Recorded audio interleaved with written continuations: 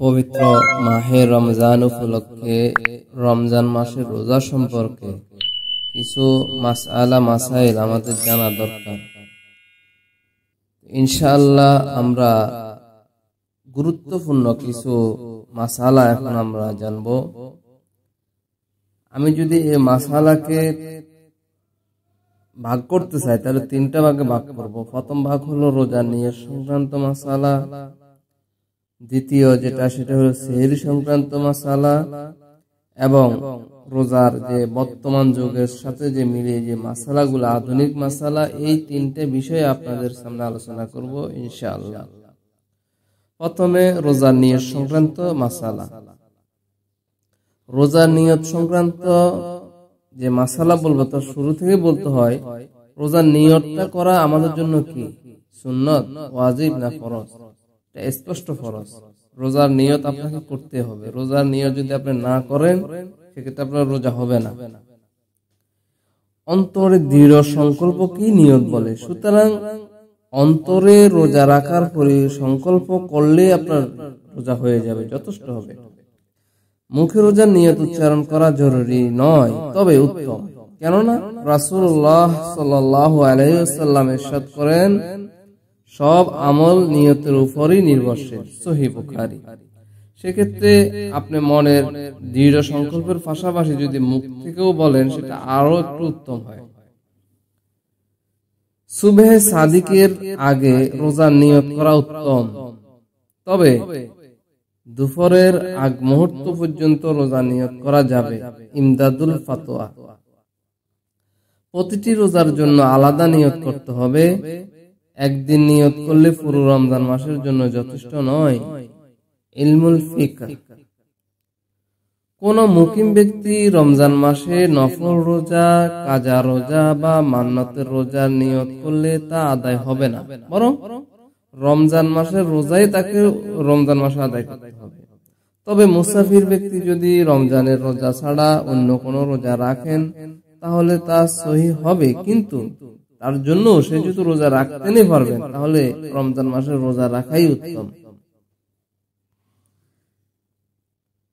রমজান মাসে সেহরি খাওয়াটাও রোজার নিয়ত বলে গণ্য হবে। তবে সেহরি খাওয়ার সময় যদি রোজা না রাখার সংকল্প করেন তাহলে তার রোজার নিয়ত বলে গণ্য হবে না। যে আমি এমনি খাবার কম খাচ্ছি, তাহলে আপনার এটা নিয়ত হিসেবে কবুল হবে না। যদি আপনি সেহরিটা খাওয়ার সময় যে আমি রোজা রাখার জন্য সেহরি খাচ্ছি, তাহলে ওটাই আপনার নিয়তের আওতায় পড়ে যায়। 2 নম্বর যে বিষয়গুলো আলোচনা করতে হয় সেটা হলো সেহরি সংক্রান্ত মাসালা। সেহরি সংক্রান্ত মাসালায় প্রথমে বলতে হয় সেহরিটা খাওয়াটা কি সুন্নত, ওয়াজিব না ফরজ? সেহরি খাওয়া আসলে হলো সুন্নাত। ক্ষুধা না থাকলে একটি খেজুর বা 1 গ্লাস পানি দ্বারা হলেও সেহরি করা উত্তম। এটা নবীর সুন্নাত। রাতের শেষ ভাগে সেহরি খাওয়া সুন্নাত।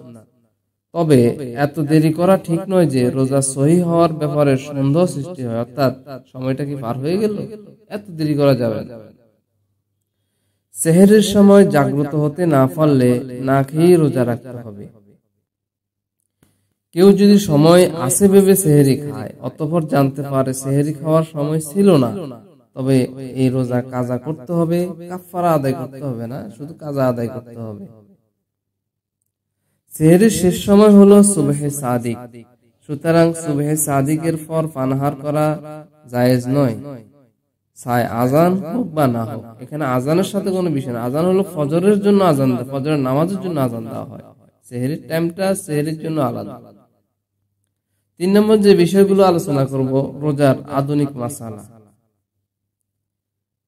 বর্তমান যুগের সাথে মিলিয়ে যে মাসালাগুলা তৈরি করা হয়েছে সেগুলো হলো রোজা অবস্থায় মুখে কোনো ওষুধ ব্যবহার করলে তা গিলে ফেললে রোজা ভেঙে যাবে, যদিও তা কম হয়।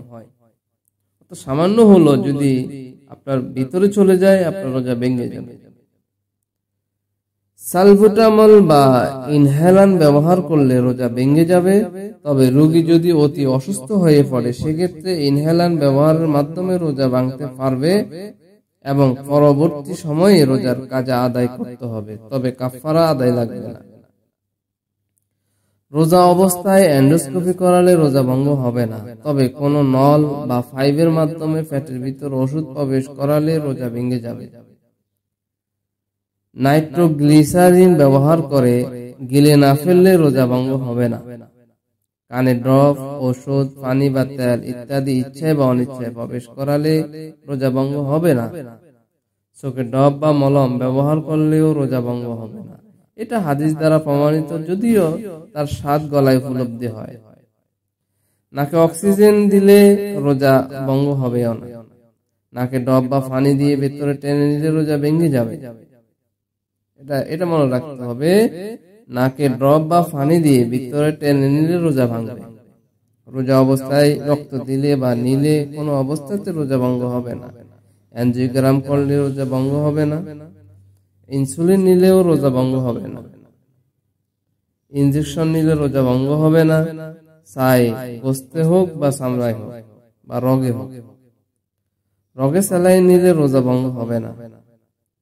সাপোজিটরি, বেল্টারিন বা ডোজ মালদারে প্রবেশ করালে রোজা ভেঙে যাবে। যৌনিদ্বার বা পেশাবের রাস্তায় ওষুধ প্রবেশ করালেও রোজা ভঙ্গ হবে না। বৈশ্বিক মহামারী করোনা ভাইরাসের টিকা নিলে রোজা ভঙ্গ হবে না।